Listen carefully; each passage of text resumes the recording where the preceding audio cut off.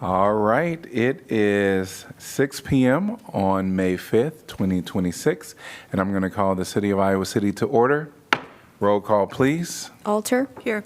Burgess. Harmson. Here. Moe. Here. Saleh. Here. Teague. Here. Weiland. Here.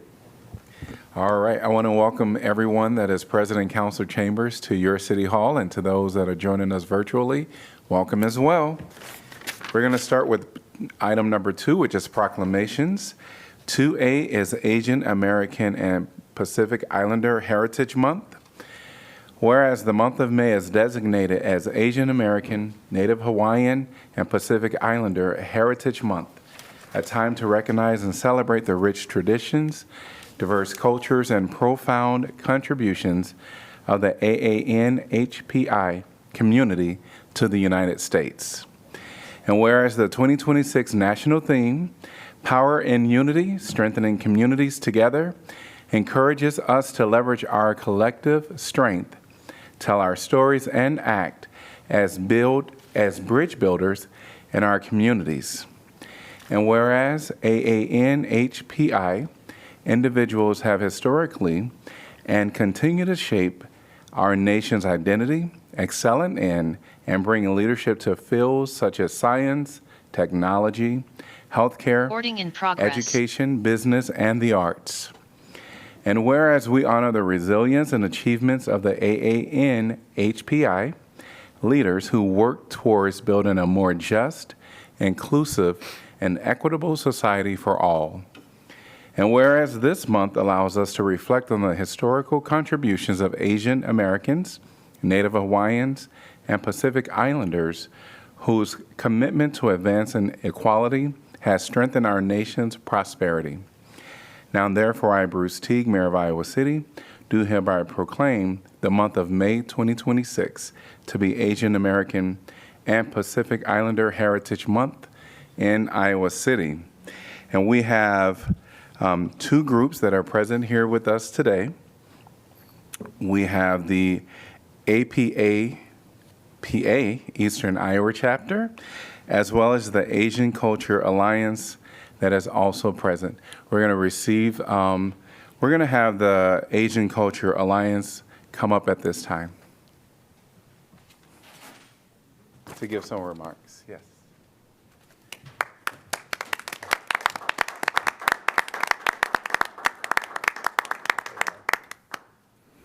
Hello. Yes. And we have the APA that's coming. Yeah. So we'll have you speak first. Thank you. Thank you, Mayor. Good afternoon, Mayor Bruce, Honorable Iowa City Council members, members of Human Rights Commissions, and community friends. Thank you for recognizing May as Asian American, Native Hawaiian, and Pacific American Heritage Month. Recent statistics show that 7.1% of Iowa City residents are Asian Americans. This figure is significantly higher than the state average of 2.5%. Your formal acknowledgement of AANHPI Heritage Month means so much to our diverse, vibrant community, including myself. As president of East Iowa chapter of Asian Pacific American Public Affairs, APAPA, I am honored to accept this proclamation on behalf of the Asian community, Asian American community. As our history in Iowa City has evolved from a small number of 19th century Chinese entrepreneurs and to a diverse population boosted by the Southern East Asian refugee resettlement in 1970s. And among that, we also have ongoing student migration Today, Iowa City's Asian community has a strong and growing presence marked by cultural preservation and academic excellence. This proclamation is a powerful message of inclusion. It affirms that our history, our story, and our presence are an essential part of Iowa City. I want to thank my Asian American friends in the Iowa City area and that your hard work in building this city and for your contribution to our local economy, schools, and cultural heritage. I also want to thank to our many non-Asian allies, including these here in the hall this evening. Your unfailing support and commitment to inclusion make this community a better place for everyone. Thank you again for your support, for standing against hate, and for recognizing that our diversity is our greatest strength. Thank you. Thank you. And we're going to have APA, Eastern Iowa Chapter, come and receive this proclamation at this time.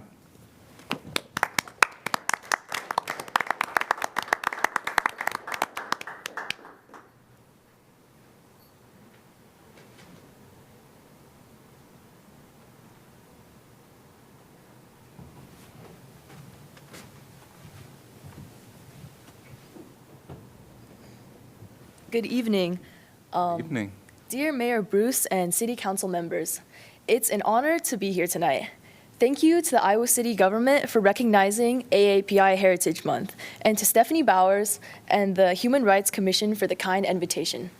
I'm Abby Guo, and I'm a freshman at the University of Iowa, majoring in finance and business analytics, and I will be serving as the treasurer for our new organization. Great.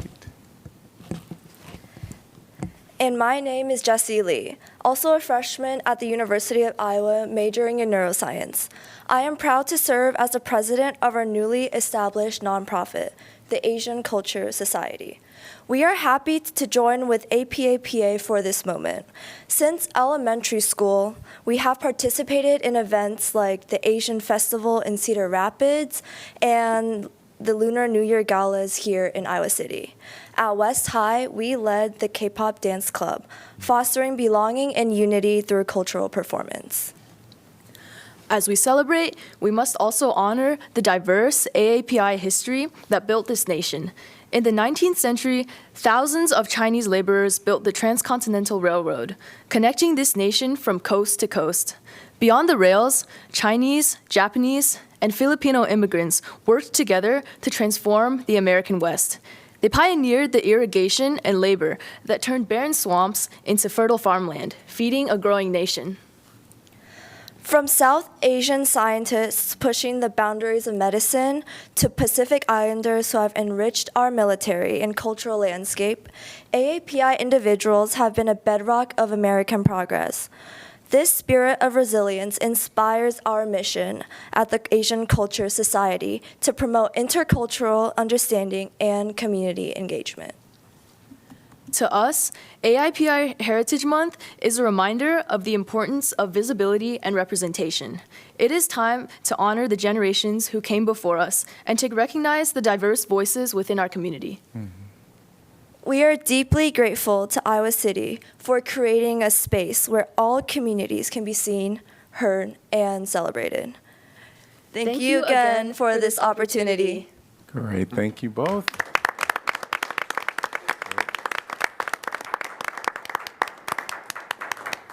All right.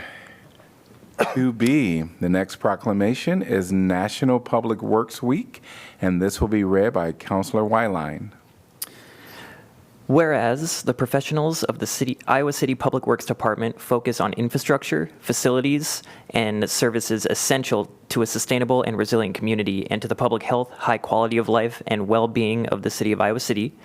And whereas the infrastructure, facilities, and services could not be provided without the dedicated efforts of our public works professionals, who are responsible for maintaining, improving, and protecting our transportation, water supply, water treatment, and solid waste systems, public buildings, and other structures, and facilities essential for our community. And whereas it is in the public interest for community members and civic leaders to gain knowledge of and maintain an ongoing interest and understanding of the importance of public works and related programs in Iowa City. And whereas this year marks the 66th annual National Public Works Week sponsored by the American Public Works Association with the theme, Rooted in Service, Powered by Community. Now, therefore, I, Oliver Weilein, on behalf of Mayor Bruce Teague of the City of Iowa City, do hereby proclaim the week of May 17th to May 23rd, 2026 to be National Public Works Week in Iowa City, and urge all community members and civic organizations to recognize the substantial contributions which public works professionals make every day to protect our health, safety, welfare, and comfort, and advocating quality of life for our community members today and for generations to come. And here, accepting, is our very own Ron Nosh, Public Works Director.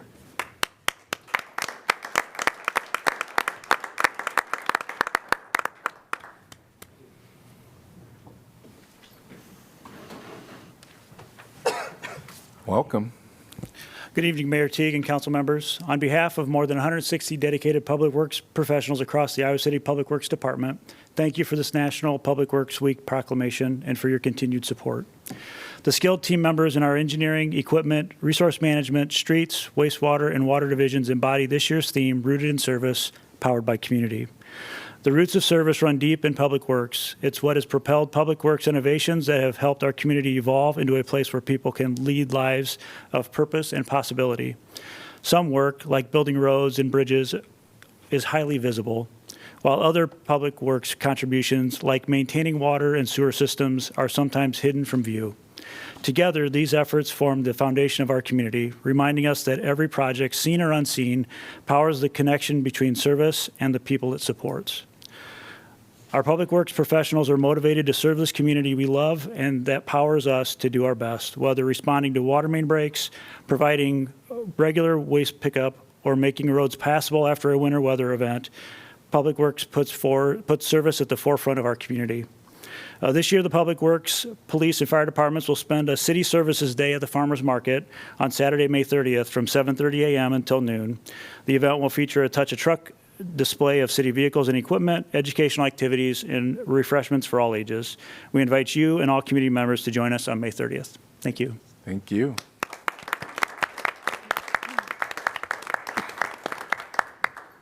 Our final proclamation today is 2C, Older Americans Month, and this will be read by our very own Mayor Pro Tem Megan Alter.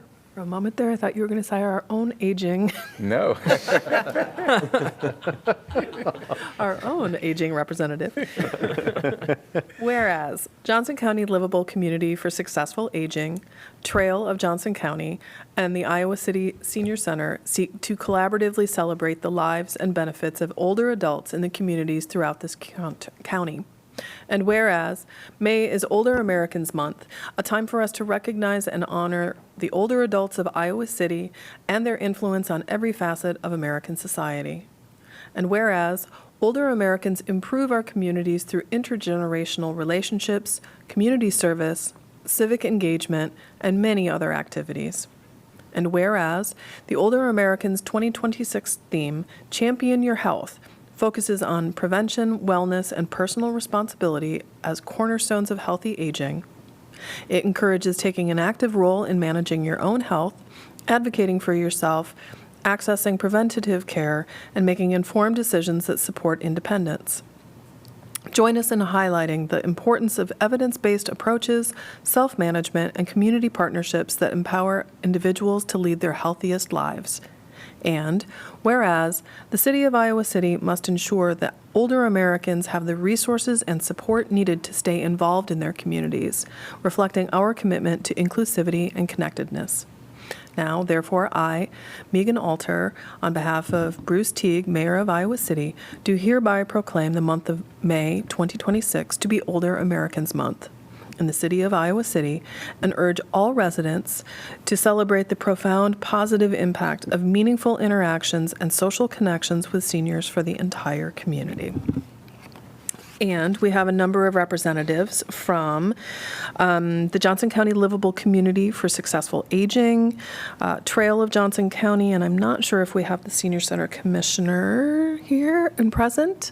At any rate, Bill Quinn from Johnson County Livable Community for Successful Aging will come and have a few remarks.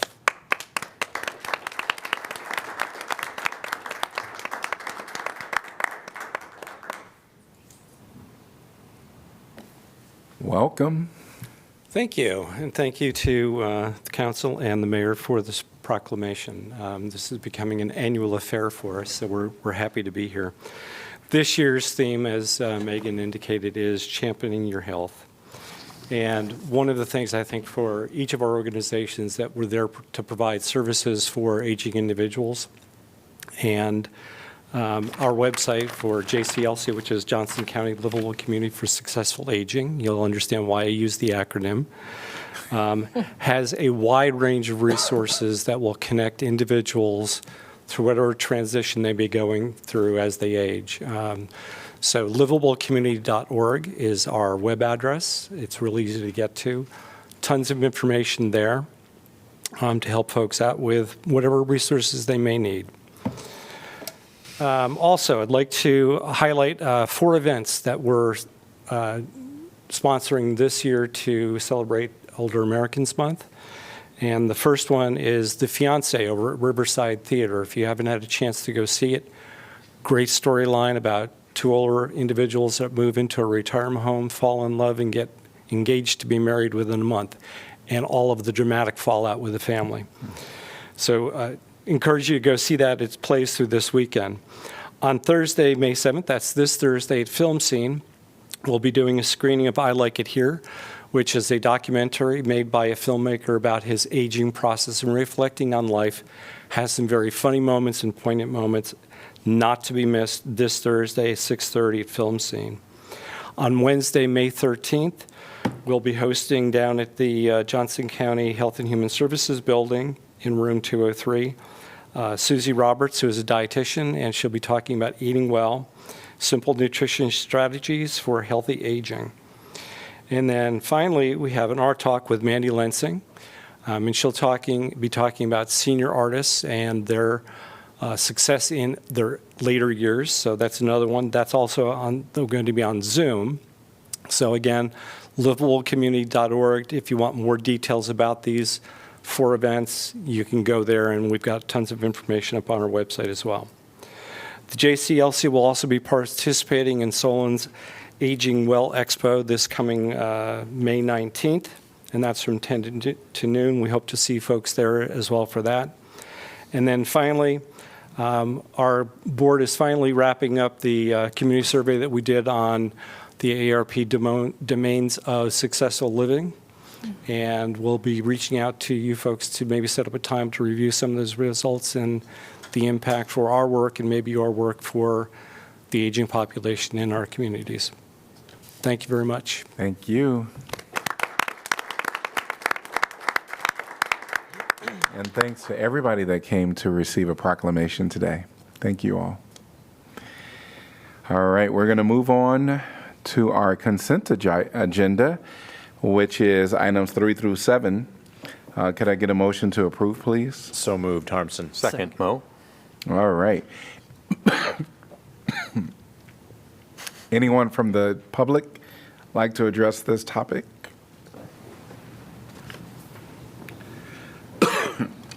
If you're online, please raise your virtual hand. Seeing no one in person or online. Council discussion.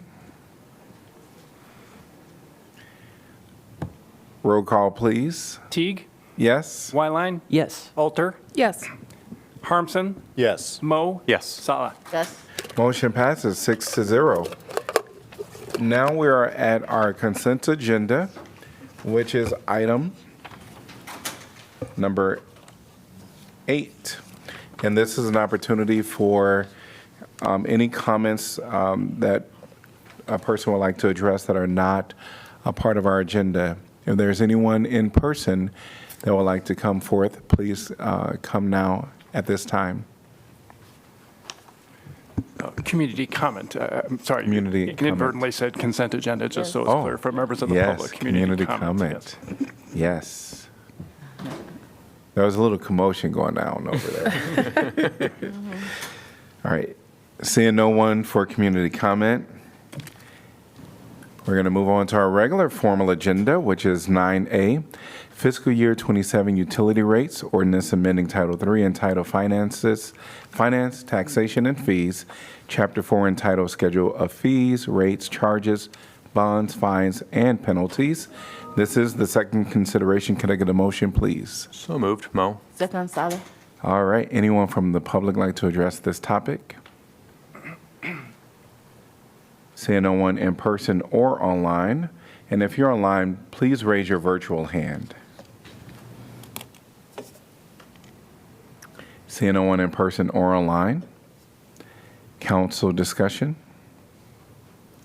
Roll call, please. Wineline, Yes. Alter, Yes. Harmson, Yes. Mo, Yes. Sala, Yes. Teague. Yes, motion passes 6-0. 9B, purchase of 1725 North Dodge Street. Resolution approving a purchase agreement for 1725 North Dodge Street for the Iowa City Community School District. Could I get a motion to approve, please? So moved. Alter. Second, Saleh. All right, and then this is, we're going to get some comments from our city manager, Jeff Fruin. Welcome. Thank you.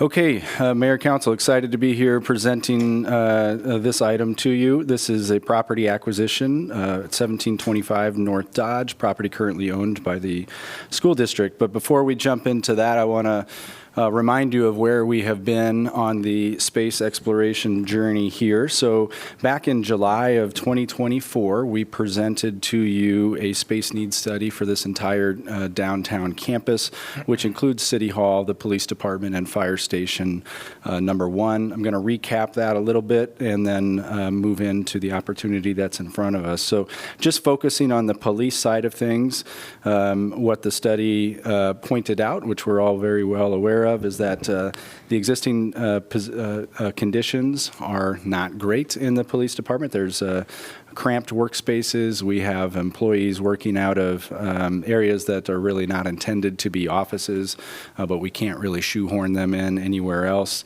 There's little to no daylight in that building, and there are accessibility challenges not only for staff, but for the public. You can see the main entrance there on the top left picture. And we've had an increasingly high amount of maintenance challenges in that facility. From a square footage standpoint, I want to recap what the survey results said. So the top line there, the top bar, is our current square footage in the amongst the City Hall, Police Headquarters, and Fire Station. So you can see 65,600 total square feet. The police is indicated in blue there at just shy of 14,000 square feet. And then the needed square footage is represented below there. And that's based on not only current needs, but looking out about 20 years to see what needs may exist as the city continues to grow. From the police standpoint, we're showing about 38,000, a little over 38,000 square feet is what would be ideal for the department. So again, current about 14,000, ideal 38,000. How does that compare? This on the left just shows you the police square footage that I just went through without the fire and City Hall components. But we also wanted to look at how does that stack up to other communities around us that have recently built police stations. So you can see the Iowa City number there for the population of 75,000. We're in that 14,000 square foot department. North Liberty, which just built a new police department in 2020, has 16,000 square feet for their community. When you get closer to our population, Marion is about half our population, a little bit more at 42,000. They built a 42,000 square foot police station. And Waukee, which was under construction, is now open, but under construction at the time of the 2024 study, was building a 46,000 square foot. So the 38,000 seems well in line, if not a little bit low compared to what other communities are building at this time. I want to talk about this property a little bit. Again, we are focusing on property acquisition, but it's important to know the ripple effect that this acquisition has. When we look at the history of this, the police and fire station was built in 1959, along with the Civic Center in 1960. There was some major expansion done in 1989 that you can see depicted on here, followed by 2 additions for City Hall in 92 and 99. There really hasn't been any significant work done other than maintenance and aesthetic type of work since 1999. And we're projecting, again, almost needing to double that square footage as we look out into the 2030s. So definitely one of the things we're looking at is how can we increase capacity on site. So what we landed on with this study and what we discussed with you back in July was that both police and fire are probably going to need to leave this campus. We saw the opportunity for police to move first. You know that we explored that location on Riverside Drive with the county. We moved on to that, and that's going to lead us here today. But what this does is once we are able to move police and fire, then we can start to work on renovating that portion of our downtown campus to be the primary hub for City Hall in the future. That building was determined not to be suitable for repurposing. I think we can do that in the short term when police leaves. We can relieve some of the City Hall pressure that we have, but long term, that area where police is needs to be demoed and reimagined as part of our City Hall campus going forward. So this was the slide from 2024, just showing you what we said we were going to do and where we're at right now. At that time, we were looking at a new construction option for the police facility at Riverside Drive, and the cost at 40,000 square foot was estimated to be about $32 million. That was pretty consistent with what the estimate was with the joint facility that we explored with Johnson County. As we started to look at alternatives post the exploration with the county, we became aware that the school district was vacating their property at 1725 North Dodge. And as we started to look more closely at that property, we began to realize that it could potentially be a really nice retrofit for our police operations. So we hired OPN architects and a team of their subs to look at this property last fall. So this report is dated November 14th. So we started to look at this sometime in the late summer, early fall of last year.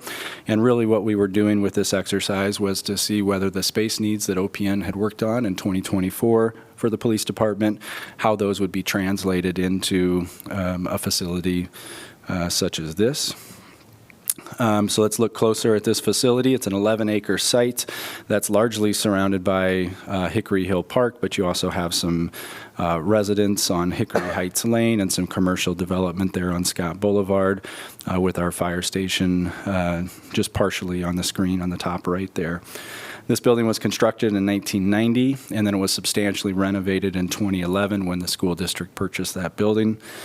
It is a single story with no internal changes in floor elevation, so really nice from that accessibility standpoint. There are some mezzanine spaces that exist in the space, and as you look at this property, there's kind of 2 different types of properties combined into one here. This was the old Press Citizen building here, so you've got a large office building component, which we would envision would be repurposed into the police station, but there's also a warehouse component to this building as well.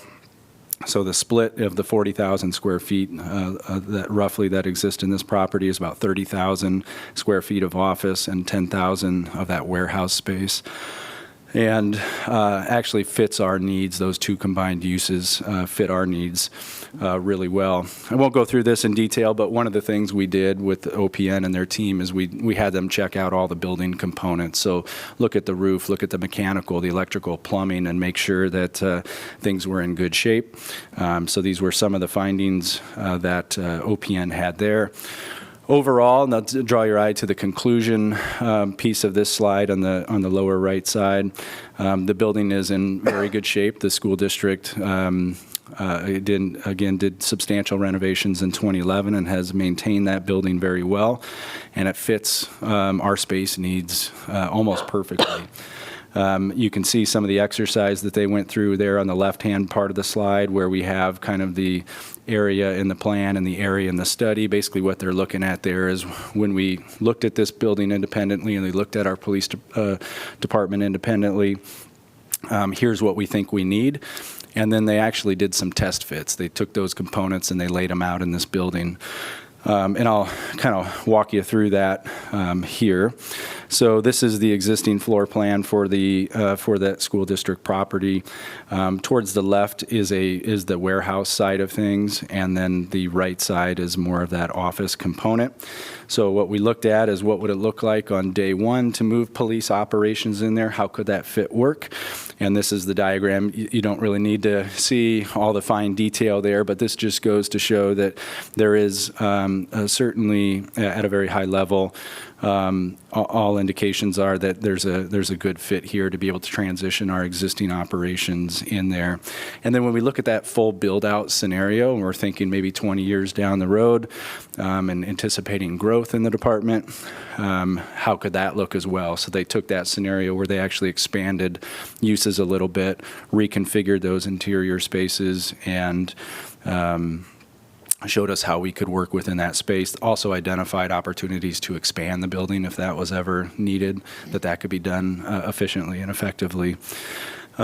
What's really nice from us and what you can't really see at this level of detail is this left side here fits very well, that warehouse portion, with our evidence storage needs. So over time, we can incorporate evidence storage into the police department, and that's going to create some nice synergies that we don't have with this site right now. So we've been working with the school district for, like I said, probably better part of a year in evaluating this property. These are the general terms that would be part of the sale. The purchase price is $3.2 million. That's based on a 2023 appraisal that the school district secured at $2.9 million. And then we worked with the Iowa City's assessor office to determine the average commercial reevaluation rate between that appraisal date and the sale date. It's about 9.5%, a little less, and that takes us to the purchase price of $3.248. We would anticipate closing here in about a month. That date's not firmly set, but we're looking at May and June. And then the city would lease back this property to the school district for 2 years at no cost. So the school district still has operations in this building, and they will use that 2 years to plan their exit out of the building.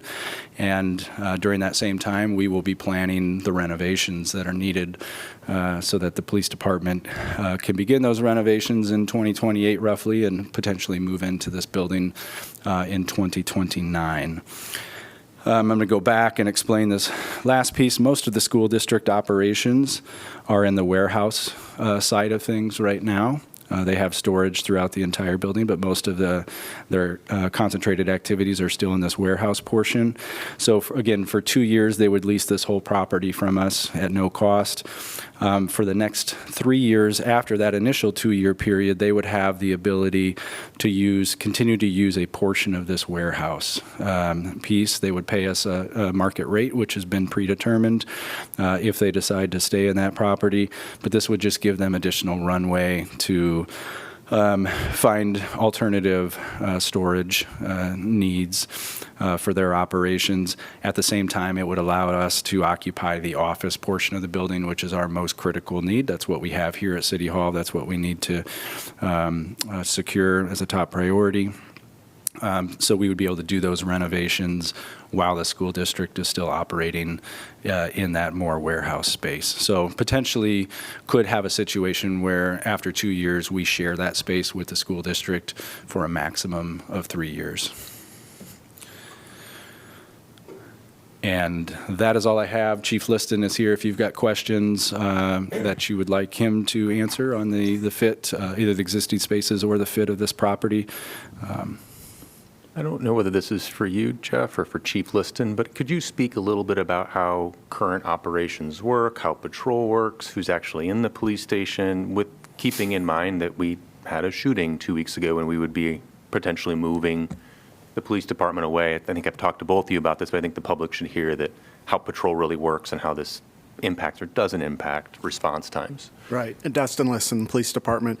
We have talked about that before, I think specifically with you, and it's a great question. Police Department doesn't work like fire department. We don't typically respond from the station. The officers are out and about. They're assigned to specific districts, and they're out in the field. So when a call comes out, like the call a week and a half ago, there wasn't a response necessarily from here. Now, if there were some officers that happened to be at the station working on reports, but the way the cars are set up, they really don't need to be at the station that often. The patrol officers, typically the people that are at the police department, more the administrative staff or the investigators.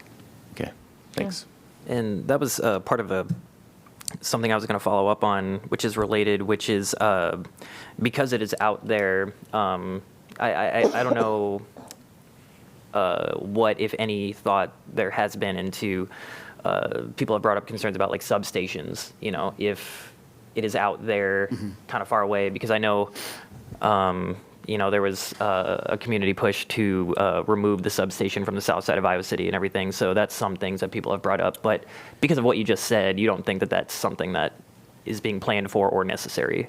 I do think there's the likelihood there might be a small presence somewhere downtown because of the downtown district, and we have a downtown liaison officer. I think it'd be appropriate, whether it be here or maybe with something with the university or something like that. But I do think there would be, I'm not sure we'd give up a complete presence here or in the downtown area. I do think it would be responsible, especially during the daytime, because that officer, our downtown liaison officer, spends his entire time downtown, and I'm sure it'd be, and he's typically on foot or on his bicycle, and it would be a nice to have a spot for him to stop and work on stuff, and also maybe a spot for people to pop in. Another question I had, we talked about this before, but there's been some questions about is in some communities, police stations have some type of carceral capacity, but that is not currently within this plan. Correct. Correct. No. Yeah. That's correct. On occasion, someone might come in to do some processing or an interview, but no one would be housed here. It's not a jailing facility or a holding facility. No. Okay. Thank you. My question for Jeff, right now you said that the way it works, they're going to continue using the storage sections of the building. Is this means, why 2 years? Are they still using the offices right now, or they only using the storage right now, or they use the whole building? That's what my question. Well, right now, most of the activity is in that warehouse portion, but they have storage throughout the entire building. We're not ready to move in within certainly the next year anyway, because although we engaged OPN to look at how we could fit in this, these are very just high-level concepts. We haven't done any actual design work, so it's going to take us a good year and a half to put together the design package that we need and then bid the project out and renovate. So we felt it was just best to allow them to use the entire property, and hopefully by then they've identified space, and come year 3 there's no need to share it anymore, but we wanted to provide them that extra kind of security in this case. Because we are not even ready. We're not ready to move in. Okay, that's fine. right, hearing no more questions. Would anyone from the public like to address this topic? If you're online, please raise your virtual hand.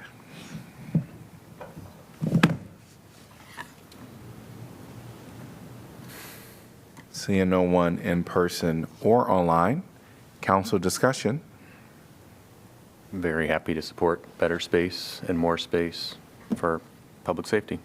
Yeah, it looks like it's a great building that has been well maintained, and it can be retrofitted to the needs. And it's kind of nice to kind of use an existing building than creating something new. So I think this would be a great opportunity. Yeah, I remember when we visited the police station. Yeah, that's really need to be changed.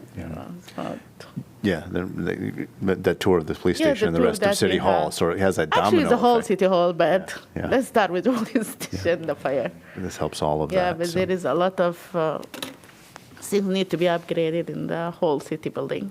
Absolutely. Thanks also to city staff for being able to find another location, which is almost as good as the Riverside location in terms of centrality to the city. But as Chief Liston has explained, that the physical location is important, but it's not as the same as with the fire department. So that's good to hear. That's very comforting. Also good to hear that we're still talking about a physical presence in the downtown area. I think that's also something important for the public to know, and to know that those discussions those thoughts have already crossed our minds as well. So thank you for all of that work, and thank you to the school district for working with us on this project. So I think it's going to be kind of a win-win for both of us, Yeah, and for the yeah, taxpayers that we all share. So. Exactly, yeah.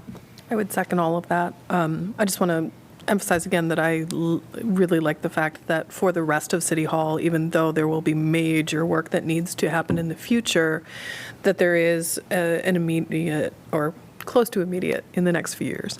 There will be a loosening up so that people have an opportunity to spread out, and that's just so important. So I really do think that this is a very good solution all the way around, and am very pleased that we've been able to come to it. And I think that, especially with the police and fire, they will have to physically, for physical reasons, need to move from this location. So I think I'm glad that we were able to find a place with such a good price and existing infrastructure to where we're just not spending. If we wait a few years, we could spend millions more dollars, So, yeah. All right. Roll call, please. Alter, Yes. Harmson, Yes. Mo, Yes. Sala, Yes. Teague, Yes. Wyline. Yes. Motion passes 6-0. We are on to items number 10, which is announcements of vacancies new. And this is Climate Action Commission. One vacancy to fill an unexpired term upon appointment through December 31st, 2027. We do have correspondence that was included in our council packet. Could I get a motion to accept that correspondence, please? So moved. Alter. Moved by Alter, Second, Mo. seconded by Mo. All in favor say aye. Aye. Any opposed? Motion passes 7-0.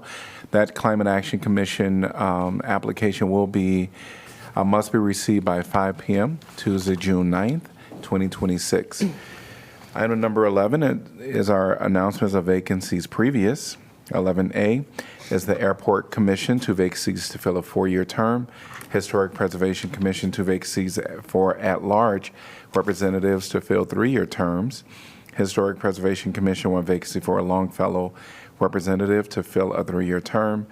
Historic Preservation Commission, 1 vacancy for a Northside representative to fill a 3-year term. Housing and Community Development Commission, 2 vacancies to fill 3-year terms. Park and Recreation Commission, 1 vacancy for unexpired term. Planning and Zoning Commission, 2 vacancies to fill 5-year terms.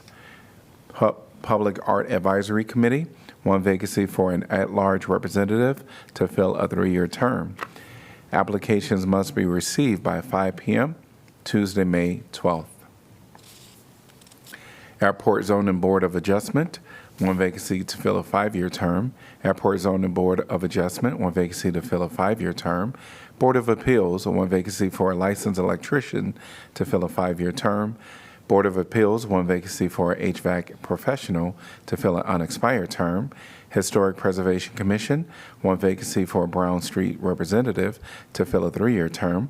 Historic Preservation Commission, 1 vacancy to fill a Jefferson Street representative to fill a 3-year term.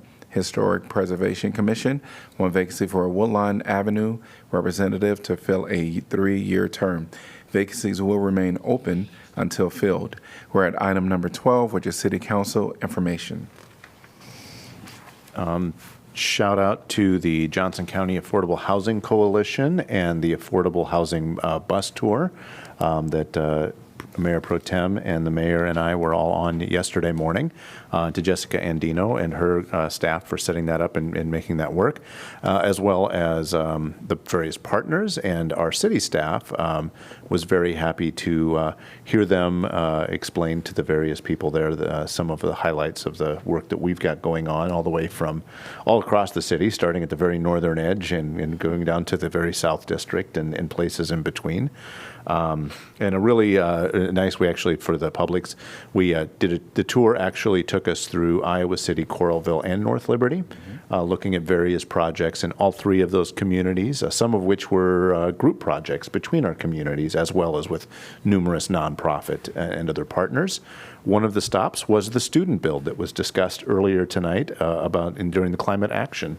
And we got to see that in progress and even meet one of the students. So thanks again to Jessica Andino and the Affordable Housing Coalition.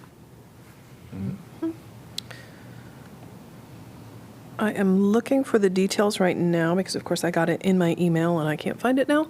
But I know that on Saturday, Dream City is having a pop-up shopping experience. And I want to say it's from 4 to 9? Or am I wrong on those hours?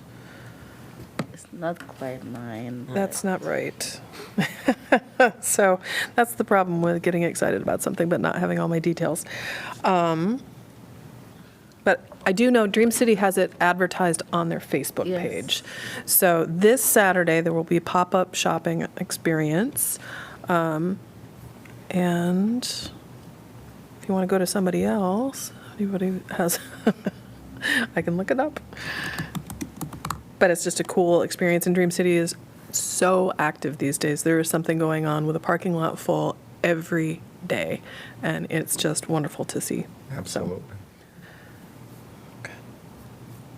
All right, hear anything else? All right. I didn't notice it there. No. All right, we're going to move on to our next agenda item, which is number 13, reports on items from our city staff, city manager's office, Not tonight, thank you. city attorney, Not for me, thank you. city clerk. All right, we're at item number 14. Can I get a motion to adjourn, please? So move. Second. Moved by Saleh, seconded by Alter. All in favor, say aye. Aye. Any opposed? We are adjourned. And we are breaking the record, right? Yeah. This is the first time Yeah. before 7 o'clock.